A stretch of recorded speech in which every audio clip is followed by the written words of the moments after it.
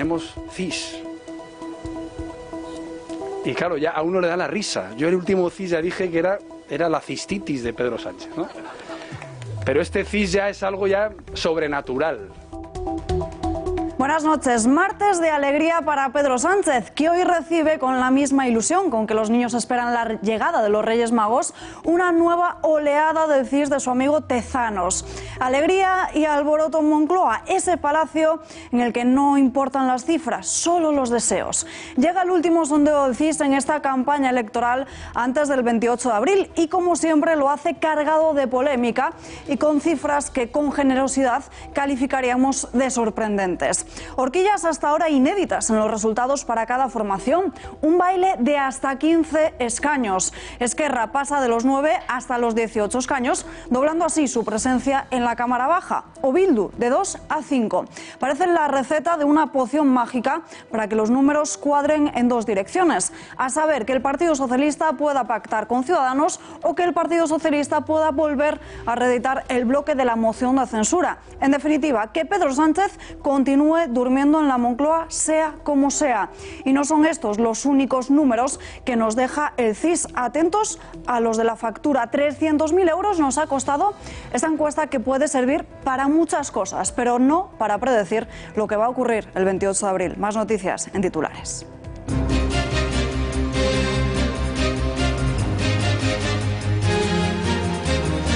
El marcapáginas del diario de campaña continúa en el capítulo polémico de Pablo Casado. Las palabras del líder popular asegurando que Sánchez prefería pactar con aquellos que tienen las manos manchadas de sangre sigue dando de qué hablar. En el Partido Popular se reafirman y a su número 2 le han parecido suaves.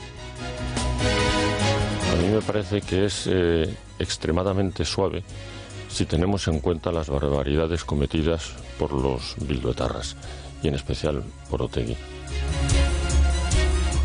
30 altos cargos de la Generalitat y entre ellos la cúpula de TV3 procesados. Así lo ha determinado la jueza del Juzgado de Instrucción número 13 de Barcelona. Con esto termina la investigación sobre la organización del referéndum ilegal del 1 de octubre en Catalunya. És una aberració democràtica i preocupant en l'Europa del segle XXI. Reitero allò que ha estat sempre una evidència. La Generalitat no ha estat perjudicada pressupostàriament ni de cap altra manera per l'organització del referèndum del 1 d'octubre. Por un delito de injurias, el sindicato Unión Federal de Policías ha presentado ante la Fiscalía General del Estado una denuncia contra el diputado autonómico de H. Bildu. Julen Arzuaga comparaba la semana pasada a los agentes de policías con nazis y franquistas en el Parlamento Vasco.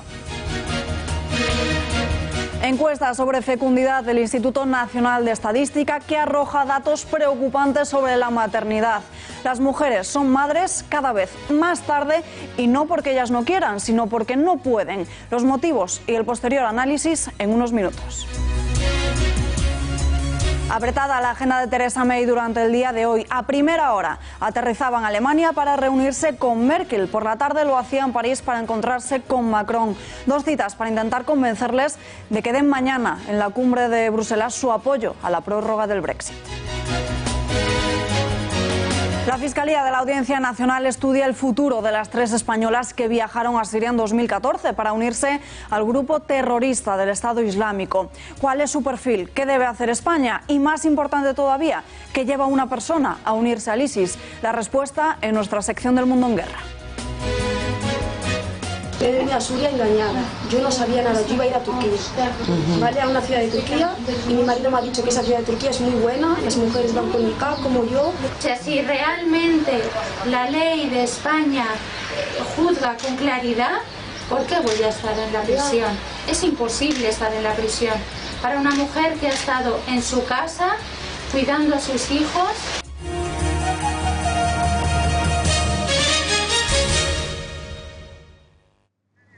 A 2 días de que comience la campaña electoral, último CIS antes del 28 de abril. El sondeo de Tezanos augura hasta 137 escaños para el Partido Socialista de Sánchez. Su pronóstico parte de una participación del 75,8% y ofrece amplias horquillas de escaños, avisando que la campaña puede cambiar el mapa electoral. La macroencuesta da la victoria a los socialistas con un 30,2% y entre 123 y 138 escaños, seguido a gran distancia por el PP con el 17,2 y entre 66 y 76 escaños. En base a estos datos, la candidatura de Sánchez podría alcanzar la mayoría absoluta con Podemos, que saca entre 28 y 34 diputados, e incluso también con Ciudadanos, formación para la que se estima un 13,6% de voto y entre 42 y 51 asientos en el Congreso de los Diputados. Por otro lado, las formaciones del centro y la derecha solo podrían sumar hasta los 164 escaños en su horquilla más alta, sumando al PP con Ciudadanos, con UPN y Vox, que se consolida como quinta fuerza con un 11,9% y entre 29 y 37 escaños. Como suele ser habitual cuando llega el CIS a nuestras manos, las reacciones políticas no se han hecho esperar y van del rechazo y la burla hasta la indiferencia. Otros se creen los datos. Vean. Que todavía hay muchas personas indecisas, hasta un 25,3%. El 28 de abril existe una gran oportunidad y un gran riesgo. Conquistar el futuro o retroceder en la historia, o ganar derechos o perderlos. O contar en el Parlamento con mayoría de partidarios del progreso, o contar con el peso decisivo de los nostálgicos de otras épocas que quieren armar a los españoles de bien y arrebatar a las mujeres nuestros derechos. Lo mejor que puede hacer Tezanos es ir recogiendo la cocina, ya basta de que los españoles sigamos pagándole las encuestas al PSOE. Es el señor Tezanos, que lleva 45 años en la ejecutiva del PSOE, sigue haciendo unas encuestas. Bueno, insisto que para nosotros en estos momentos la clave es que seguimos creciendo. Tenemos CIS.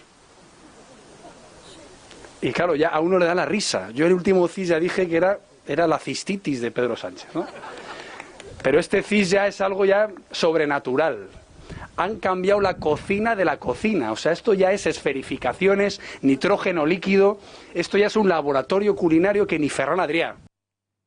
Tiempo de análisis y nos vamos en directo con el doctor en Derecho y profesor en la Universidad Rey Juan Carlos, Gabriel Martín. Muy buenas noches. Buenas noches. Bueno, sabemos que las encuestas son lo que son, pero resultan creíbles estos datos. La horquilla de escaños varía en 15. ¿No es demasiado amplia?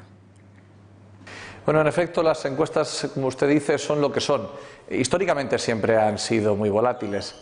Lo que sucede es que en esta ocasión tenemos algunas circunstancias que son absolutamente, no sé si excepcionales, pero sí novedosas.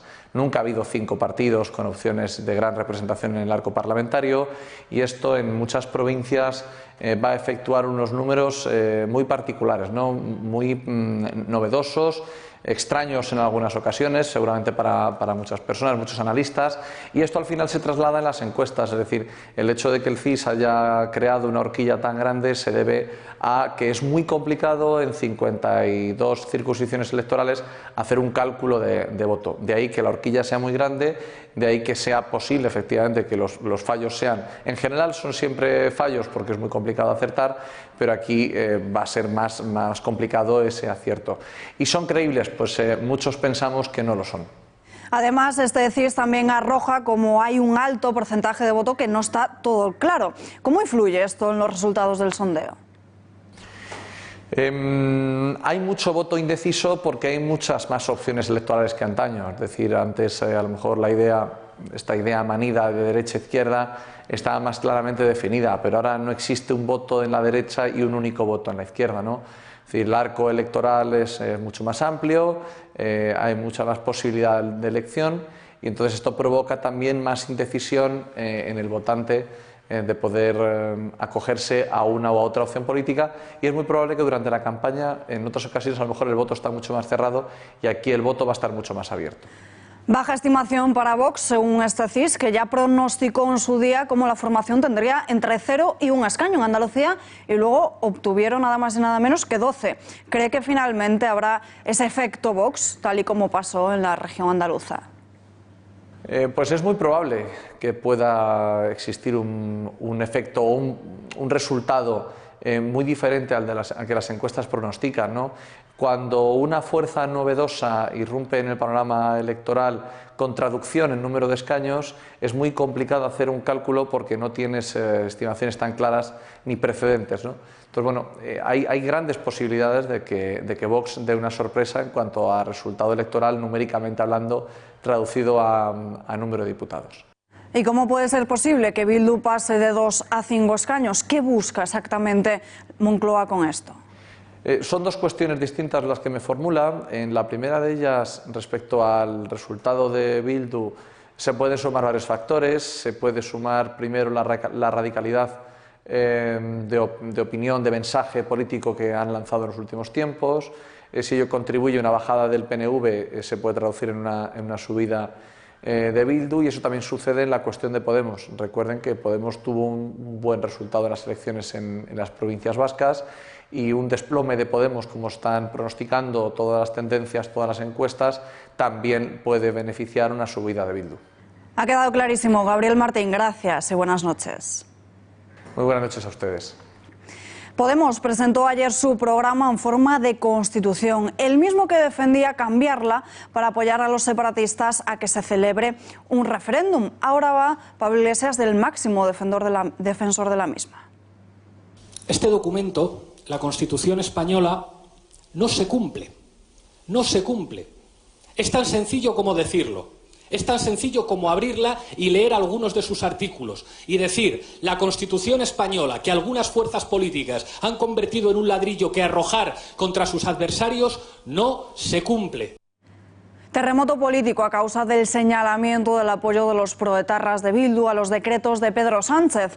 Las palabras de ayer de Pablo Casado, asegurando que el PSOE prefiere las manos manchadas de sangre, siguen retumbando 24 horas después. El Partido Popular, en su cuenta de Twitter, se reafirma.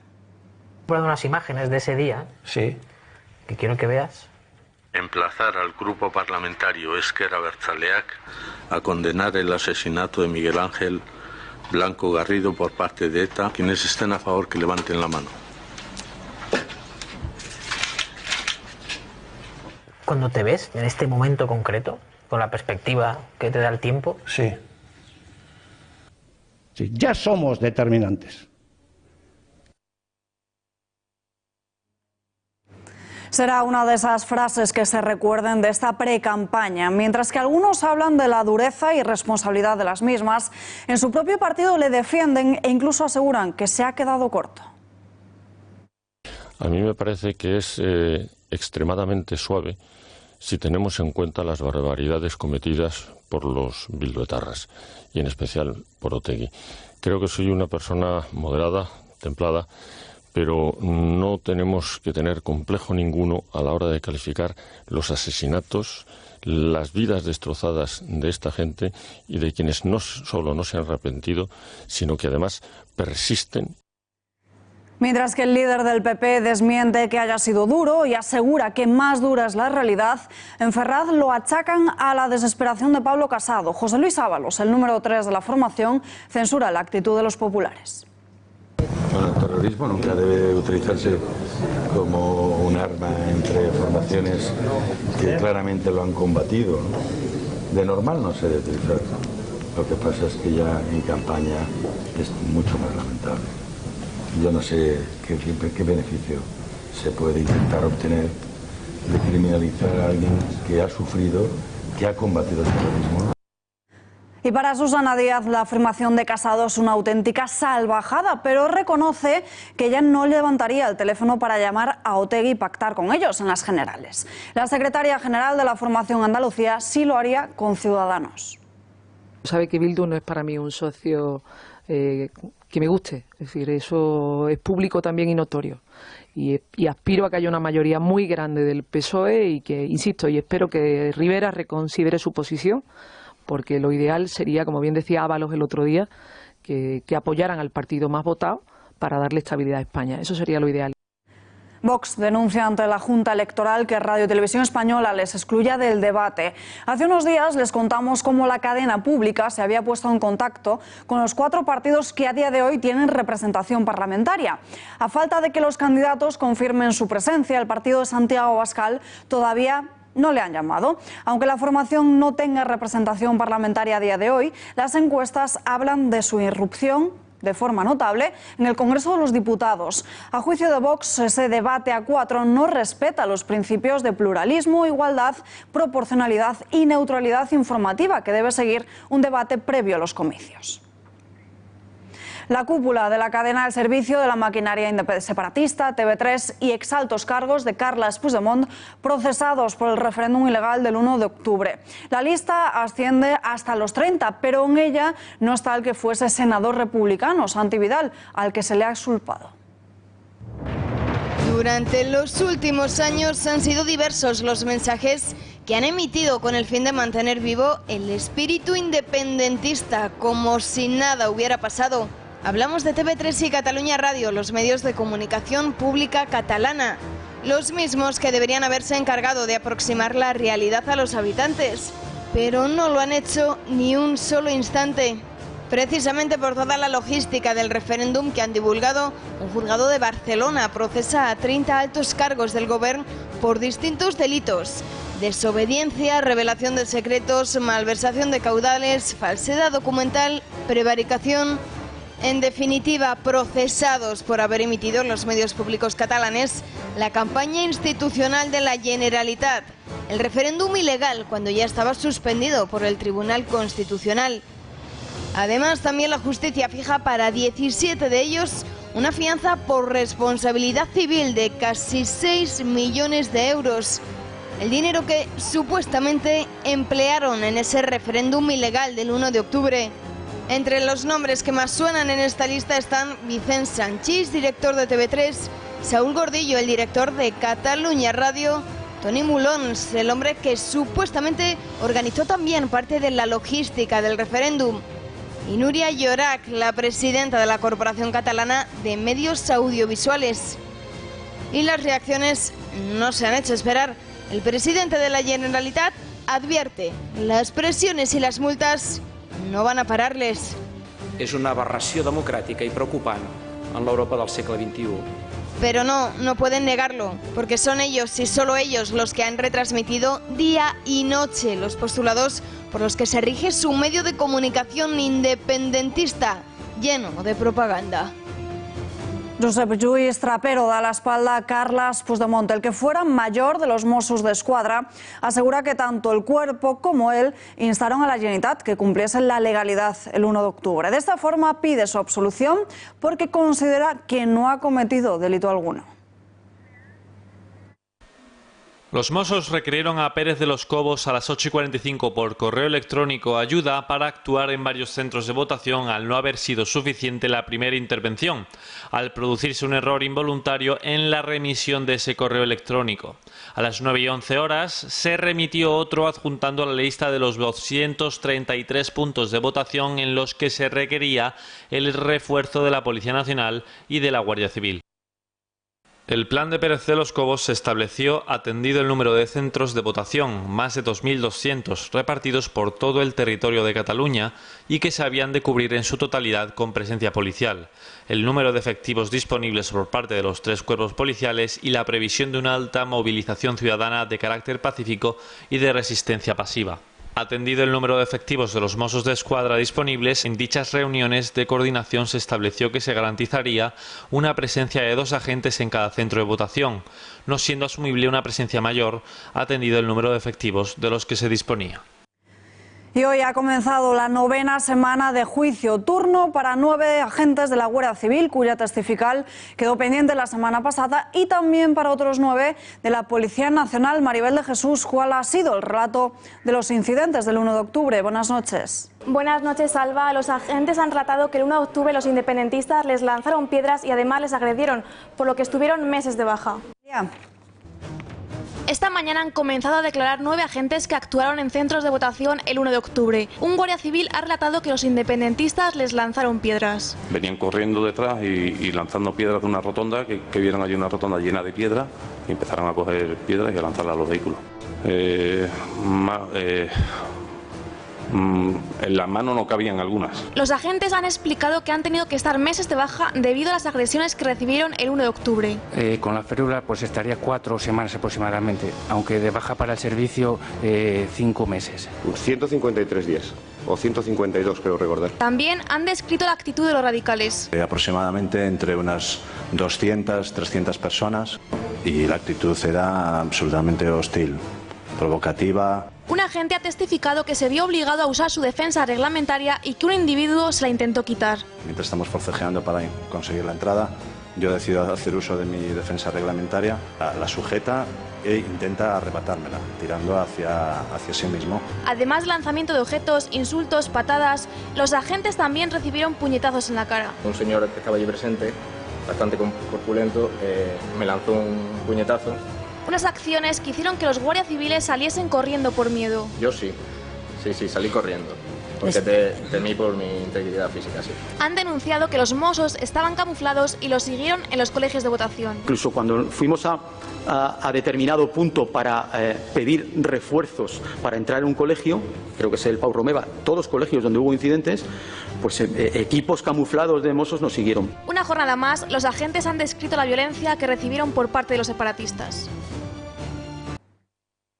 Un total de 17 testigos han declarado hoy y los funcionarios del Cuerpo Nacional de Policía han asegurado en sus declaraciones que los Mossos entorpecieron su labor, que estaban en actitud pasiva y que además facilitaron la ejecución del referéndum ilegal, que le decían a los independentistas que se podían llevar las urnas a su casa. Además, intentaron, según estos agentes, entorpecer la labor de la Policía Nacional.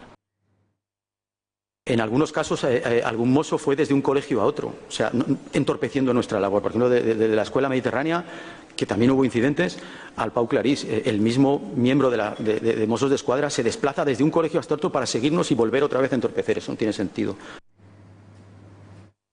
Un jefe de Policía Nacional ha asegurado que vio al abogado de Oriol Junqueras, Andreu van den Eyden, en un colegio en el cual se votaba el referéndum ilegal.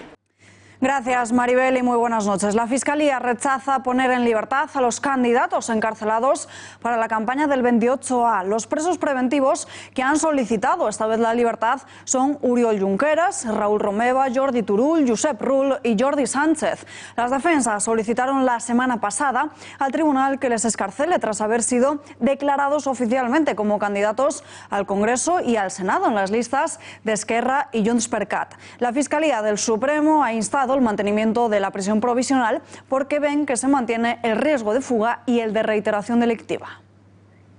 Se reabre la causa contra el consejero de Interior, contra Miquel Puig. El Tribunal Superior de Justicia de Cataluña reabre la investigación por un delito de desobediencia cuando era alcalde de Premià. Habría sido en ese momento cuando el consejero habría facilitado locales para la celebración del referéndum del 1 de octubre en ese municipio, a pesar de la suspensión del Constitucional. La Fiscalía considera que pudo incurrir en el delito cuando firmó un decreto el 7 de septiembre de 2017 apoyando ese referéndum.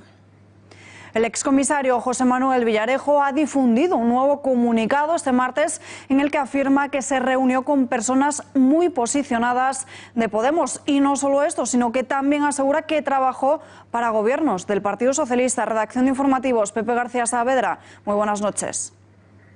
Muy buenas noches, Salva. El comunicado de Villarejo denuncia que existen ciertas manos que están meciendo a sectores muy importantes del Estado, que se le está intentando matar civilmente y que se le está utilizando como ariete político contra personas que se presentan como víctimas pero que realmente no lo son.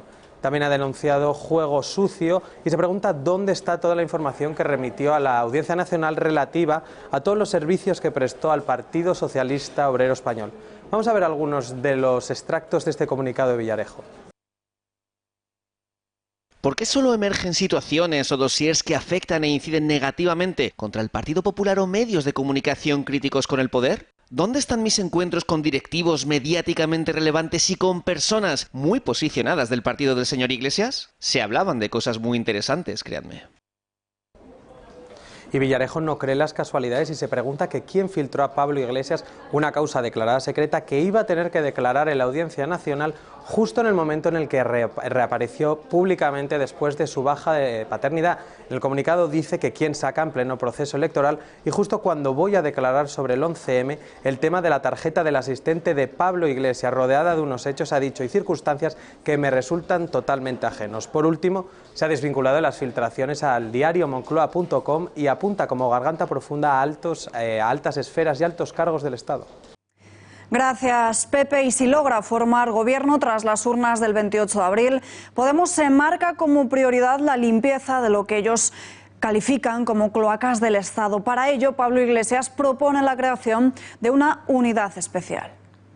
Planteamos crear una unidad de élite, una unidad especial, una unidad integral contra la corrupción institucional que no dependa del Ministerio del Interior, que desarrolle la Constitución española, que no dependa de nosotros si gobernamos, que dependa de jueces y de fiscales y que allí haya los mejores guardias civiles, los mejores policías, los mejores cuadros de las policías autonómicas.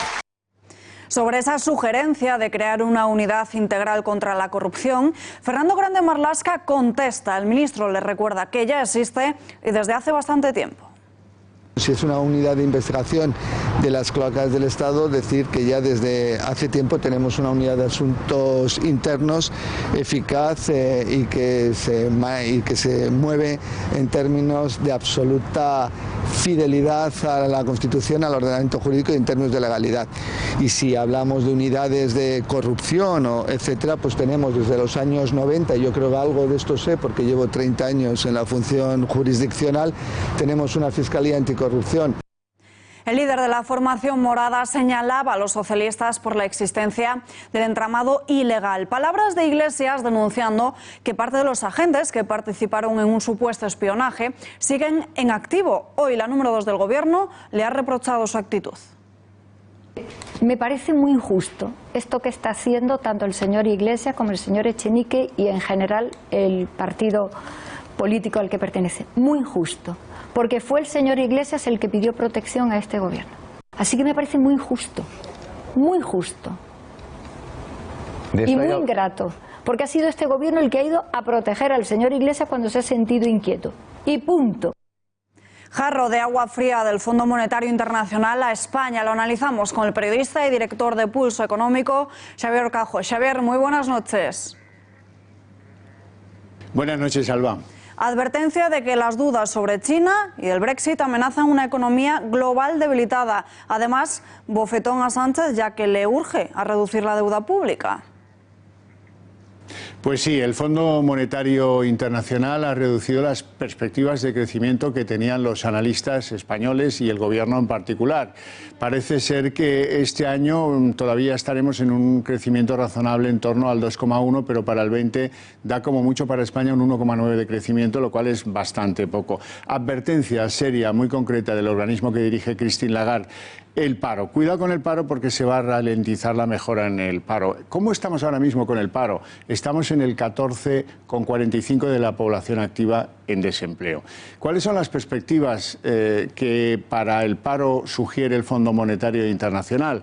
Pues quedarnos en torno al 14,2 en este año 19, 14,1 en el año 20. Es decir, que las perspectivas de bajar al 12,5, al 12,5, 12,4, 12,3, que tanto preveía el Banco de España como el BBVA, según el Fondo Monetario Internacional, ojo que tampoco es un oráculo infalible, son muchas las previsiones fallidas por el Fondo Monetario Internacional, pero en su opinión no se van a cumplir esos pronósticos favorables de cómo va a evolucionar el desempleo. Xavier, gracias y muy buenas noches. Buenas noches. Más asuntos del día. Alertan Estados Unidos por una cuna. La Agencia de Protección a la Salud del Consumidor estadounidense ha lanzado una alerta sobre esta hamaca mecedora que están viendo en sus pantallas después de la muerte de hasta 10 bebés desde 2015. Los menores habrían fallecido tras volcarse de la misma. Por este motivo, se recomienda a los padres que no la usen con aquellos hijos que tienen más de 3 meses, cuando los pequeños ya empiezan a poder voltearse. Además, también se puntualiza en la importancia de abrochar el arnés de seguridad. ¿Cuántas mujeres conocen menores de 30 años que hayan tenido a su primer hijo? Seguramente pocas o ninguna. Ser madre es casi un reto en nuestro país y cada año que pasa se produce mucho más tarde. Y así lo demuestran los datos, porque hemos conocido una encuesta del Instituto Nacional de Estadística sobre la fecundidad en el año 2018. Y vamos a ver los datos, porque las mujeres de entre 25 y 29 años que todavía no han tenido hijos suponen un 80%, es decir, 8 de cada 10 a esta edad todavía no son madres. Esto las mujeres. Y en el caso de los hombres las cifras se disparan. Hasta lo vamos a ver aquí, hasta un 95% de los varones menores de 30 años tampoco son padres. Pero vamos a conocer más datos más en torno al género femenino, porque si les parecía curioso o extraño que las mujeres de 25 y 29 años solamente un 20% tenga hijos, fíjense en ese dato que se dispara en la franja de entre 18 y 30 años. Aquí lo vemos,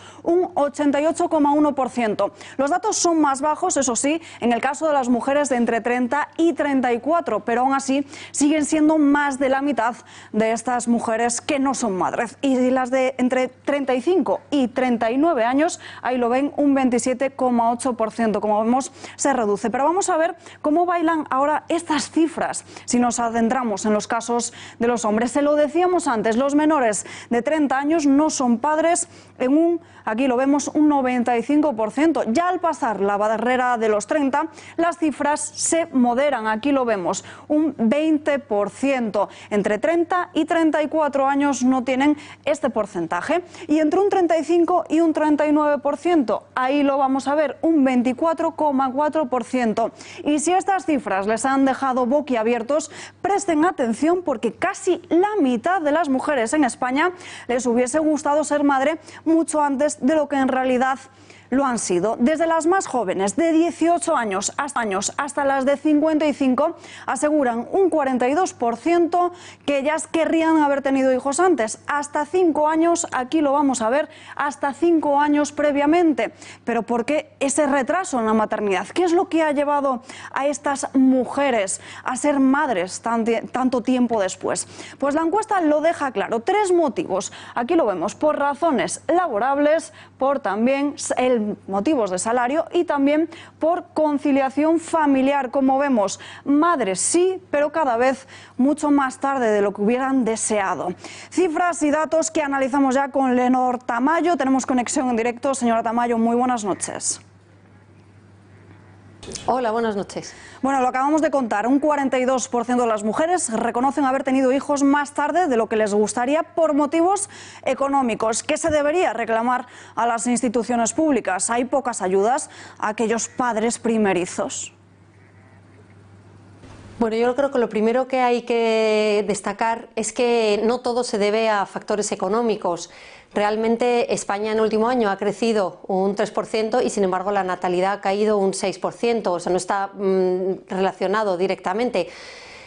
Sin embargo, lo que sí que está relacionado directamente con la baja natalidad, con el hecho de que la gente no quiera formar una familia, es que hay un desprestigio social de la familia. Hay otras razones, no es solo la económica, la social, la presión social para retrasar la maternidad. Muchas veces dices que estás embarazada y casi que te dan el pésame y se ve como un retroceso. Hay una conciencia social de que el tener hijos te ata, que el tener hijos es un coste no solo económico, sino también en temas de proyección profesional, en temas de libertad de movimientos, de viajar, de salir, y todo eso va pesando especialmente entre los jóvenes. Entonces, hay una inversión en la pirámide, hay una inversión en el orden de valores que afecta directamente al hecho de querer o no querer, o adelantar o a retrasar el formar una familia. Y esto es algo que efectivamente también es responsabilidad de los gobiernos. Dicho esta parte social, es responsabilidad de las instituciones el favorecer que se pueda formar una familia, el favorecer que se desarrolle de manera correcta y el favorecer que esas personas que sí quieren formar, esas parejas que sí quieren formar una familia, puedan hacerlo de manera adecuada. Otra de las razones, la conciliación. ¿Cuál sería la fórmula ideal para poder conciliar la vida laboral y familiar? Bueno, efectivamente, quizá esa sí que es, una vez que has comenzado esta familia, muchas veces en el momento de plantearte el tener otro hijo, el primero y el segundo y el tercero es esa conciliación, es decir, ¿para qué voy a tener otro hijo si lo voy a tener que dejar en la guardería, si no lo voy a ver, si lo tienen que sacar adelante mis padres?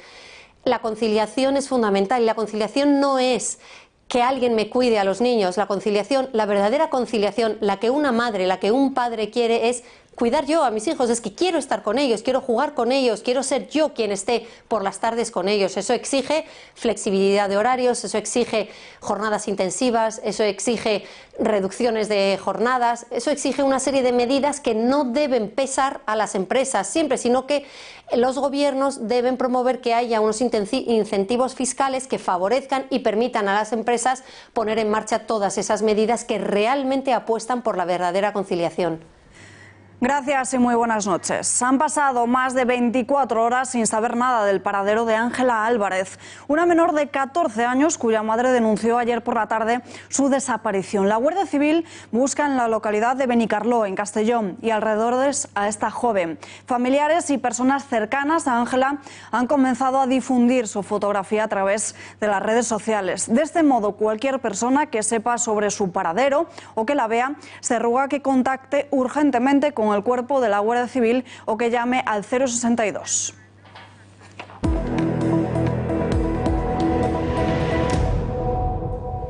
López Obrador anuncia que va a difundir íntegramente las cartas que remitió a Su Majestad Felipe VI a principios del mes de marzo, en las que exigía disculpas por la conquista de México. El presidente del país dice querer aclarar la polémica.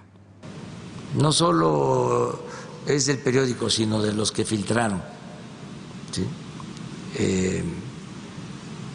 El documento, el borrador, entonces eso me permite que yo dé a conocer en su momento el texto completo de la carta que envié al rey de España. España, una historia global. Bajo este título, el libro del diplomático y politólogo Francisco Martínez Montes reivindica la aportación española a América en plena polémica con el presidente mexicano. Una obra que el Ministerio de Exteriores presenta este miércoles en Madrid. Su ministro, Josep Borrell, es el editor del libro. En sus páginas se puede leer que define a España como periferia de Europa e Hispanoamérica como periferia de la América anglosajona. La famosa carta del presidente mexicano ha resucitado una historia muy vieja, la de la leyenda negra española y la obligación de pedir perdón por el pasado histórico de nuestra patria. Hay motivos para esa disculpa. Editorial con Rosa Cuervas Mons.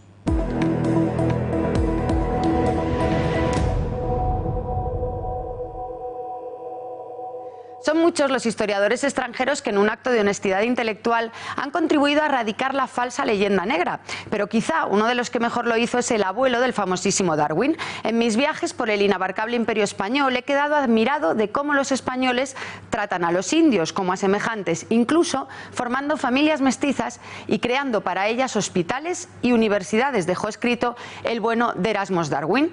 Es difícil explicar mejor lo que fue y supuso el descubrimiento y posterior colonización de América por parte de España, sobre todo si el resultado, los países hermanos de México, Venezuela o Perú, se compara con las colonias británicas y sus reservas para indios.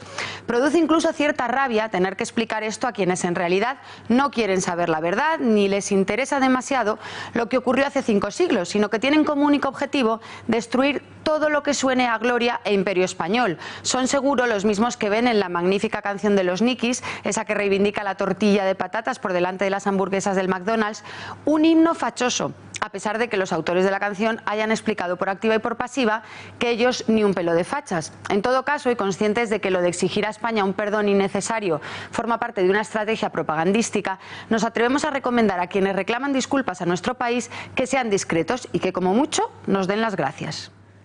La primera ministra británica Theresa May ha rogado esta mañana en Berlín a la canciller alemana Merkel que respalde su petición de una nueva prórroga corta del Brexit hasta el 30 de junio.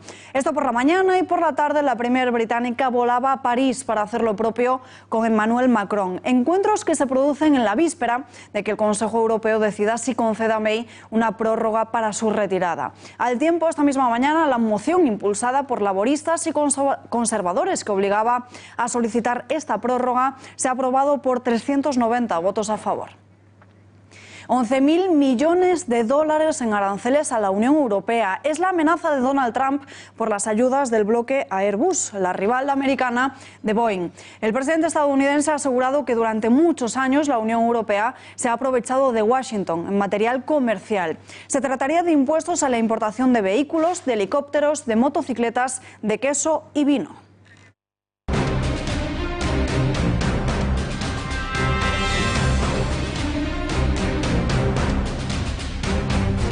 La Fiscalía de la Audiencia Nacional estudia el futuro de las 3 españolas que viajaron a Siria en 2014 para unirse al grupo terrorista del Estado Islámico y que ahora han sido localizadas en un campo de prisioneros en Siria. Las mujeres piden regresar a España, pero ¿cuál sería su destino en caso de volver a nuestro país? Aquí las tienen, de izquierda a derecha: Yolanda Martínez, de 34 años, Lubna Miludi, de 26, y Luna Fernández, de 29. Son las 3 españolas localizadas en este campo de acogida a familiares del ISIS en Al-Hol. Viajaron con sus esposos a Siria en 2014 y han sobrevivido al derrumbe del califato. Aunque de forma breve, estas son sus historias. Yolanda Martínez es madrileña del barrio de Salamanca, convertida al Islam, que viajó a Siria junto a su marido, Omar El Harchi, considerado líder operativo de una red reclutadora de yihadistas desde la mezquita de la M30 en Madrid. Con él tiene 4 hijos. Esto es lo que ella considera su vida. Yo he sido siempre una mujer de estar en casa. Cuando venía mi marido de trabajar, está la mesa servida, los niños. Por ejemplo, ves una lapidación o ves algo, por ejemplo, que han latigado a alguien, para que eso se lleve a cabo, muchas veces se ha avisado. O sea, que tú defiendes que a una mujer adúltera se la lapide, por ejemplo. No. Es Luna Fernández, otra conversa procedente de Madrid. Viajó a Siria desde Egipto, también de la mano de su marido, captador. Actualmente es viuda con 4 hijos, está embarazada y se ha hecho cargo de otros 4 que, según dice, son hijos de padres marroquíes residentes en España que cayeron en un ataque al ISIS. Yo venía a Siria engañada, yo no sabía nada, yo iba a ir a Turquía, ¿vale? A una ciudad de Turquía, y mi marido me ha dicho que esa ciudad de Turquía es muy buena, las mujeres van con niqab como yo, porque yo entiendo que esto es una guerra, ¿sabes?, entre hombre y hombre. Las mujeres y los niños no se tienen que mezclar, los niños y nosotras no hacemos nada. Lubna Miludi, la tercera española, ceutí, que se desplazó hace 5 años por su cuenta, aunque ha dicho que tiene 40 años, que no tiene estudios y fue engañada por su marido para ir a Siria. Lo cierto es que tiene 26, pertenece a una familia acomodada, estudió para ser profesora y es la única que se marchó sola. Allí se casó con un yihadista francés, tiene 3 hijos. Hacer dua para que Allah haga un camino para nosotros, para salimos de aquí.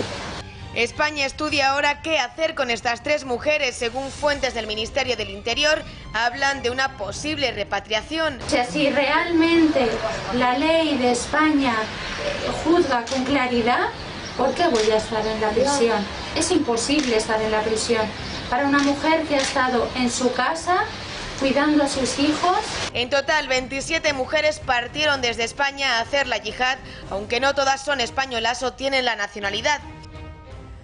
Neutralizado el Estado Islámico en Siria, hablábamos hace unos días de esta cuestión. El reto es ahora gestionar la existencia de numerosos combatientes, sobre todo manejar a quienes siguen suponiendo un riesgo en lo que a radicalización islamista se refiere.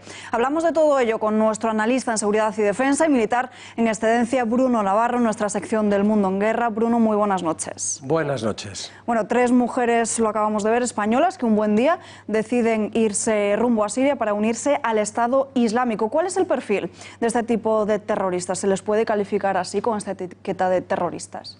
Sí, sí, pobrecillas, se me va a caer la lágrima, que solo habían estado 5 años cuidando de sus hogares ahí. Sí, bueno, vamos a ver, para empezar, sí podrían ser calificadas de terroristas a tenor del artículo 575 del Código Penal, que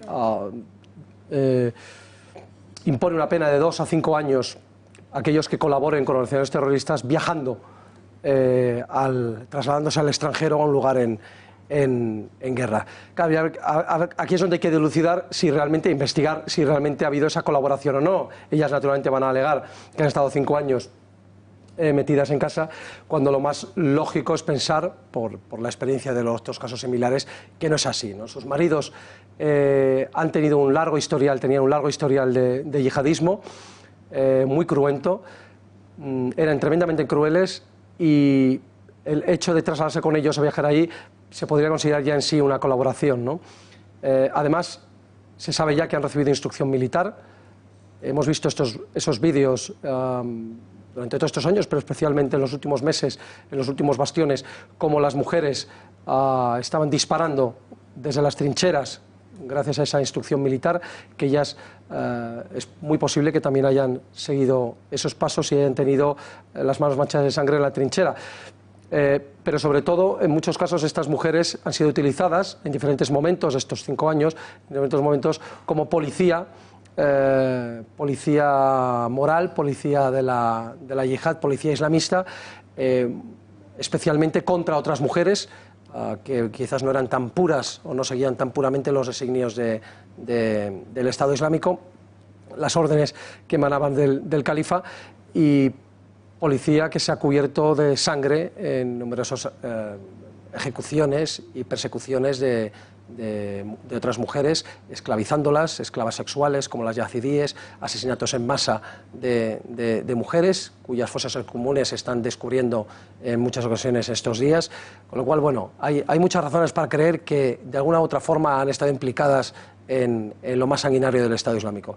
Y si no son terroristas o se determina que no lo son, desde luego es muy fácil que lo sean a su vuelta, porque por mucho que están diciendo lo que están diciendo, llevan 5 años, absolutamente 5 años abducidas, alienadas mentalmente, están convencidas de que la yihad es el camino, y además están formadas y tienen experiencia, con lo cual son auténticas bombas de relojería. El perfil, ya lo hemos visto, al menos 2 de ellas, si no 3, son conversas, por lo tanto más fácilmente radicalizables. Una vez, cuando alguien se convierte, es mucho más fácil que siga la carrerilla hacia, no me quedo en el primer estadio, sino que sigo y termino la carrera de fondo llegando a la yihad. Hay que tener en cuenta que en el caso de los varones, un 10% de los yihadistas españoles son conversos, eran cristianos hace no mucho y se convirtieron, y en esa conversión al Islam llegaron al yihadismo, un 10%. En el caso de las mujeres hay incluso más, porque se ha buscado precisamente este perfil para ir a Siria e Irak, el perfil de jóvenes occidentales, cristianas o ateas, que les faltara algo en su vida, que buscaban algo, y naturalmente cuando alguien tiene un vacío espiritual es mucho más fácil llenarlo de cualquier porquería, como ha ocurrido con muchas de ellas, ¿no? Entonces las redes de radicalización se centran en ellas y obtienen a estas mujeres, sea porque primero las enamoran y a raíz de ahí les meten la ideología, o porque directamente les meten la ideología y después les dan los maridos que tengan que darles. Además, 2 de estas mujeres figuran en investigaciones policiales. ¿Cómo debe manejar España, esto si podemos llamarles así, daños colaterales de una guerra como es la de Siria? Sí, no son 2, son las 3 las que han estado investigadas a lo largo de estos años, en uno de los casos además con una orden internacional de detención. Y desde luego ahora mismo están investigadas, como bien habéis dicho en el vídeo, se está investigando a las 3 para dilucidar qué es lo que ha habido de esto que estamos diciendo que han podido hacer, que hay de verdad y que no hay.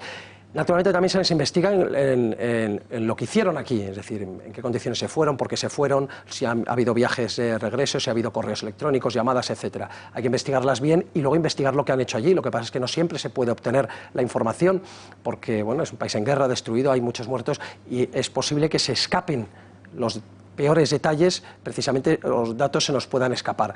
También es dudoso porque hay muchísimos supervivientes, hay muchos prisioneros y la gente canta por soleares con tal de salvar su vida o evitar una larga temporada en la cárcel, con lo cual es esperar que si la investigación se realiza correctamente se obtengan numerosos testimonios que nos digan qué estaban realizando estas mujeres realmente allí. Por lo tanto, el primer paso que se debería hacer y es el que se está haciendo es investigarlas allí, no te las traes. ¿Vale? Identifico primero que son efectivamente españolas, que son estas mujeres, y después vamos a realizar la investigación con ayuda de las fuerzas locales, que en este caso son las fuerzas kurdas, ¿no? donde están. El segundo paso de lo que habría que hacer es, una vez determinada su culpabilidad o que hay datos para enjuiciamiento, es juzgarlas allí y condenarlas allí. Esto lo están haciendo otros gobiernos, por ejemplo el de Francia. Y en un momento dado también, para evitar que vengan aquí, es retirarles la nacionalidad, como otros gobiernos, como el de Gran Bretaña, están realizando también, ¿no? ¿Qué es lo que se hará? Pues algo me dice, y espero equivocarme, pero algo me dice que al final se las traerá aquí para ser juzgadas en España. Y al final hemos visto que las condenas son de 2 a 5 años. Es muy posible que alguna ni siquiera pase por cárcel porque no se haya podido demostrar ningún tipo de acto terrorista en sí. O colaboración, por lo tanto, igual alguna directamente se va a la calle y esto será un problema, como ya lo es. Conocemos estos 3 nombres, pero lo cierto es que son muchos españoles que han viajado a Oriente Medio para unirse al Estado Islámico. ¿Cómo y por qué se produce este fenómeno de captación? ¿Qué es lo que lleva a alguien a unirse desde España al Estado Islámico? A ver, decía antes que esto es un problema, que estas 3 mujeres acaban en España y estén en la calle, es un problema porque además no son solamente 3, son 3, son sus hijos y son todos los demás. Estamos hablando de 234, que lo que me decía es 234 españoles. La cifra probablemente no sea exacta, pero bueno, es la más aproximada que se conoce. 234 españoles o residentes en España han viajado a hacer la yihad a Siria e Irak, ¿no? 44 han retornado ya, están unos en prisión y los más en libertad vigilados, pero claro, la forma de vigilar 24 horas al día a personas que se saben vigiladas y que cualquier actividad que quieran realizar lo van a hacer de la forma más exquisita posible, necesitas personal 24 horas y medios. Y según va creciendo el número de retornados, cada vez tienes menos capacidad para hacer eso. En otros países donde la cifra es mucho mayor, abandonaron siquiera la posibilidad de poder vigilarles y de hecho cometen atentados los retornados porque no son vigilables, no hay personal, ¿no? Luego están algunos que murieron, que han muerto a lo largo de estos años de guerra, y una gran masa que siguen, que siguen allí, siguen fuera de nuestras fronteras y no están muertos. Los que están presos podrían volver como retornados, y eso es la peor de lo que nos puede ocurrir, que los vayamos aceptando y les tengamos aquí, pillen algo de prisión y después en la calle sigan con sus actividades, su radicalización. Y en la cárcel, cuidado, la cárcel es un gran foco de radicalización y estos hombres, estas mujeres también, lo que son referentes para todo el yihadismo, son auténticos héroes que son un potenciador enorme de la radicalización en la cárcel, ¿no? Y luego los que están libres, fuera de nuestras fronteras, en Siria, en Irak, los que están libres, están unos pasando a la clandestinidad allí para seguir operando formando parte del Estado Islámico, y otros ya lo han hecho y lo seguirán haciendo, están migrando a otros escenarios como el Sahel, como el Magreb en algunos casos, como Indonesia o Filipinas. Y ya por último, y muy brevemente, aunque la amenaza haya sido neutralizada, ¿puede haber más casos de mujeres que se unan al ISIS?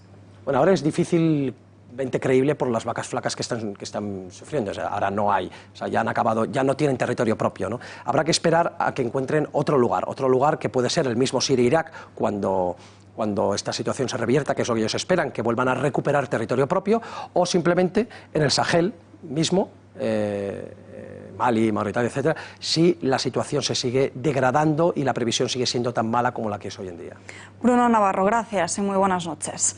Y nosotros nos despedimos, ya no hay tiempo para más, pero ya saben que pueden seguir informados en nuestra web deltorotv.com. Información, análisis y toda la programación de la cadena. Mientras tanto, les dejamos con el noticiario de 1936 y después El gato al agua. Nosotros a mañana a las 8:30 les esperamos aquí. Ya lo saben, lo que otros no le cuentan o como otros no se lo cuentan. Hasta mañana.